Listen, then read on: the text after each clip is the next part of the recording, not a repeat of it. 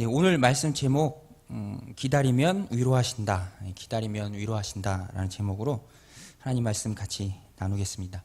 그 초등학교 때 불어하는 친구들이 있었는데 어떤 친구들이냐면 전과를 갖고 있는 친구들, 전과라고 있거든요. 뭐 표준 전과, 동아 전과. 제 때는 그게 이제 전과계의 양대 산맥이었는데 부러웠어요. 왜 부러웠냐면 교과서에는 답이 없는데 전과에는 답이 있거든요. 전과란 말이 전 과목의 답 뭐 이렇게 갖고 가지고 다니는 친구들이 있었는데 저희 집이 여유가 없어서 그랬는지 혹 부모님이 전과가 도움이 안 된다고 판단하셨는지 제 옆에는 전과는 없었습니다. 그래서 전과 가진 친구들이 굉장히 부럽고 전과를 보고 교과서에 있는 답도 적고 부러웠던 기억이 있는데 뭐 교과서의 문제만 있겠습니까? 실제로 우리가 삶을 살아가다 보면 예수 믿은 후에도 우리를 찾아오는 문제들이 굉장히 많이 있죠. 특별히 여러 가지 복잡한 문제들 중에서도 관계의 문제가 우리에게 많이 있는 것 같아요. 관계의 어려움, 관계의 갈등. 근데 우리 신앙생활에 있어서 전과가 있습니다. 이게 하나님 말씀이죠. 관계의 문제든 여러 환경의 문제든 어떤 종류의 문제든지 간에 상관없이 그 모든 해답이 다 하나님의 말씀에 있습니다.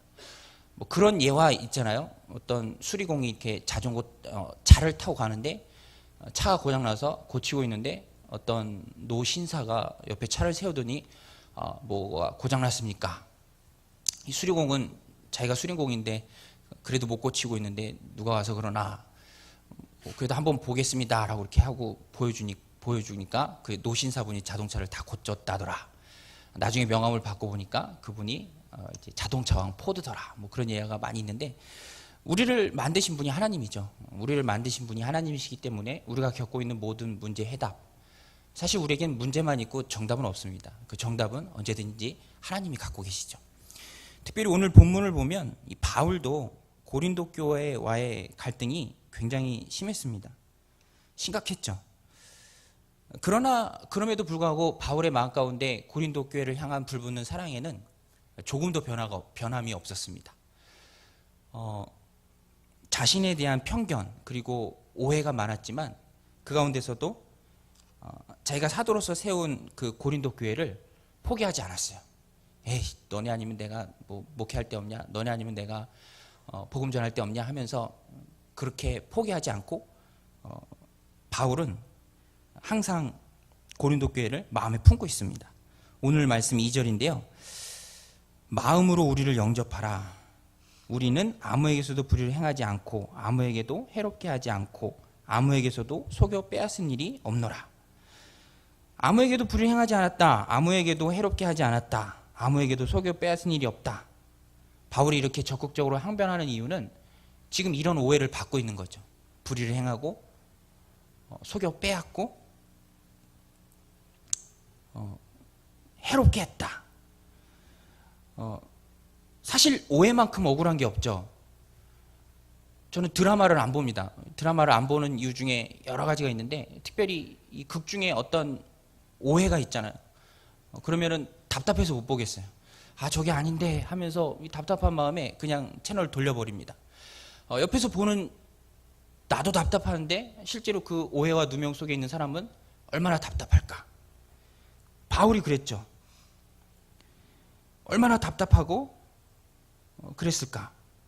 그러나 바울은 오히려 그들을 품어줍니다. 3절 말씀이죠.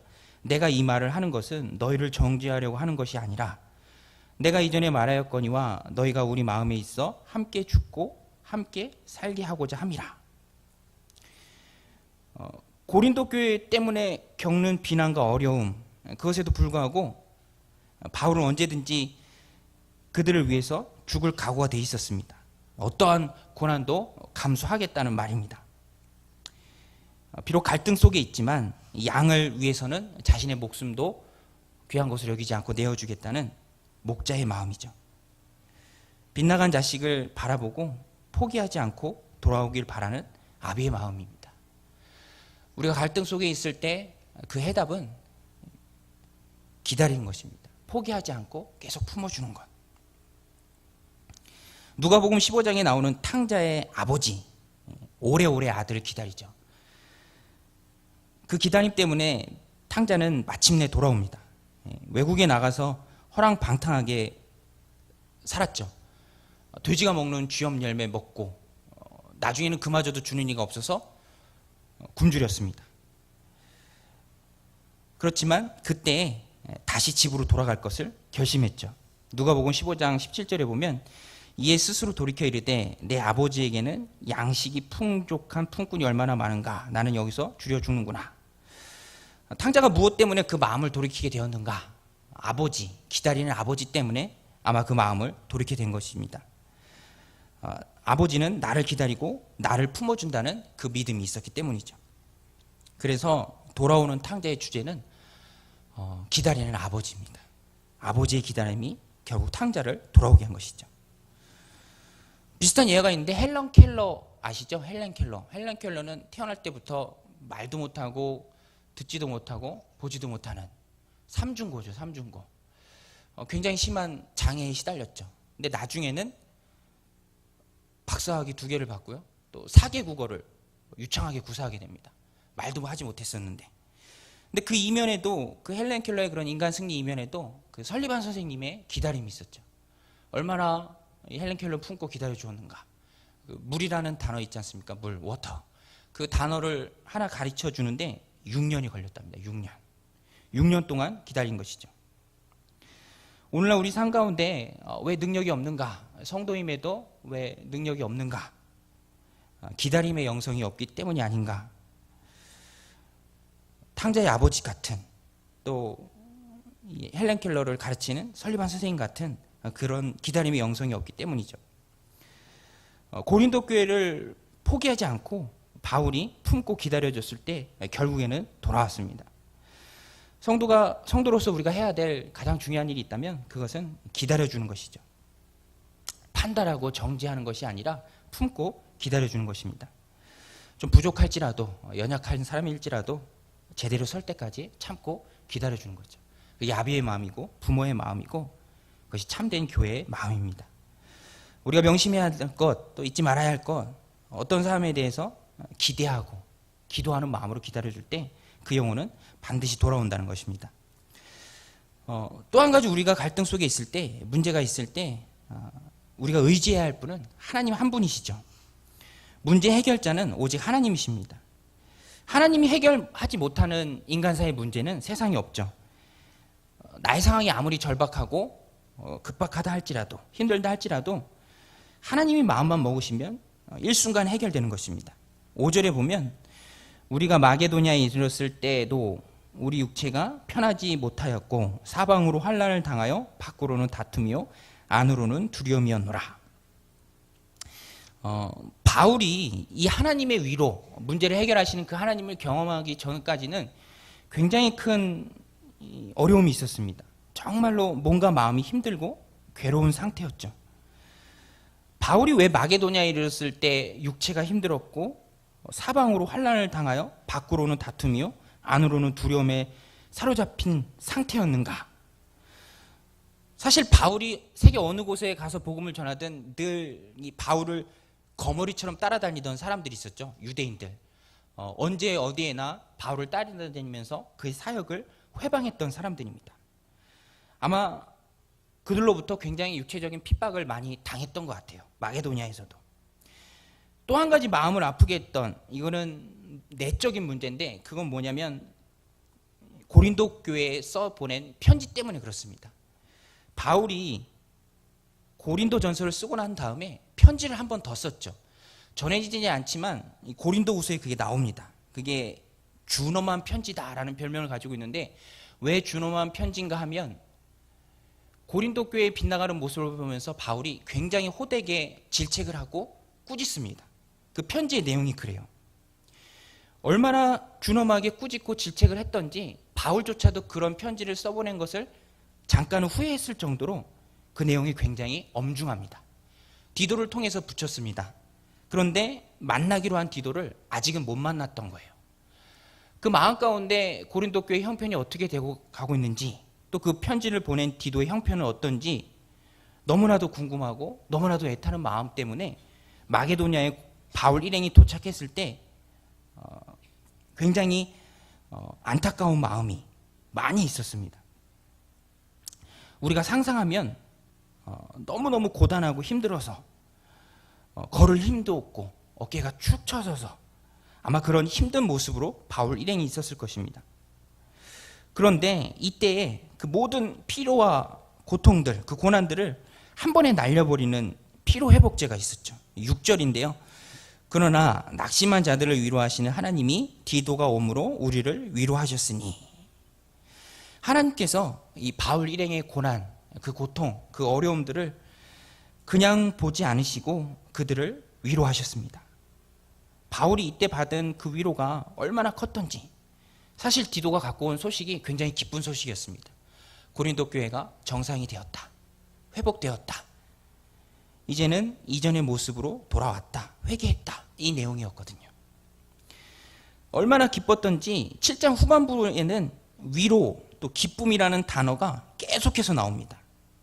사실 고린도 후서가 이 고린도 교회에 대한 바울의 변론글이지만 그 바탕은 위로와 기쁨입니다. 바울은 이 위로와 기쁨, 하나님이 주신 이 위로와 기쁨으로 고린도 후서를 썼죠.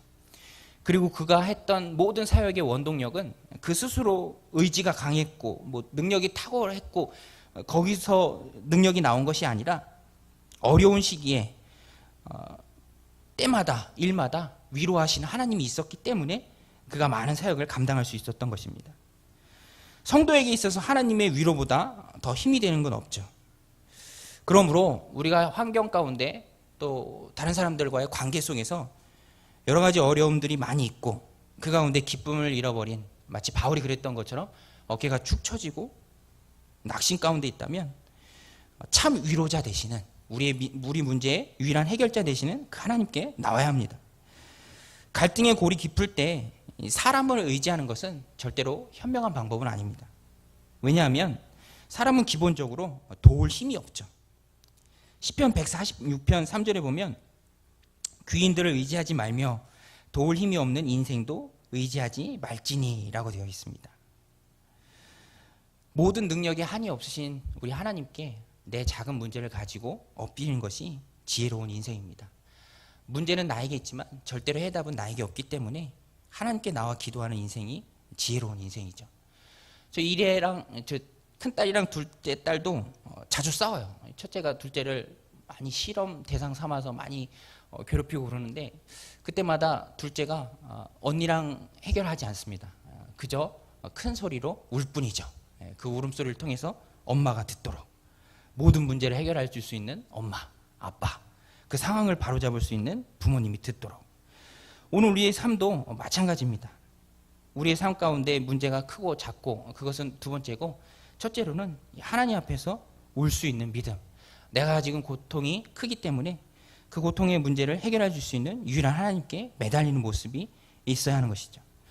호랑이 굴에 들어가도 정신만 차리면 산다는 속담처럼 문제에 치여서 정신이 혼미해지는 것이 아니라 늘 하나님을 찾는 그 믿음, 하나님 앞에 엎드리고 기도하는 모습이 있어야 합니다.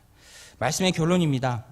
성도는 갈등을 어떻게 해결해야 되는가? 오늘 두 가지로 말씀을 드렸는데, 첫 번째는 포기하지 않고 기다리는 것입니다. 바울은 어려운 상황이 지속되어도 이 고린도 교회를 절대로 포기하지 않고 꾸준히 기다렸습니다.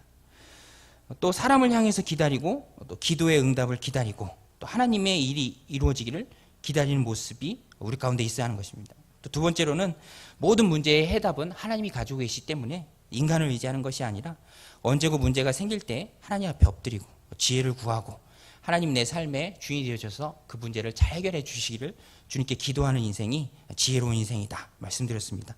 하나님, 오늘 우리들 삶 가운데 지혜 주셔서 어려운 문제 또 갈등의 문제가 있을 때 하나님 앞에 그 문제를 들고 나와서 해결받는 지혜로운 또 신실한 믿음의 백성들 다 되시기를 주님의 이름으로 축원드립니다.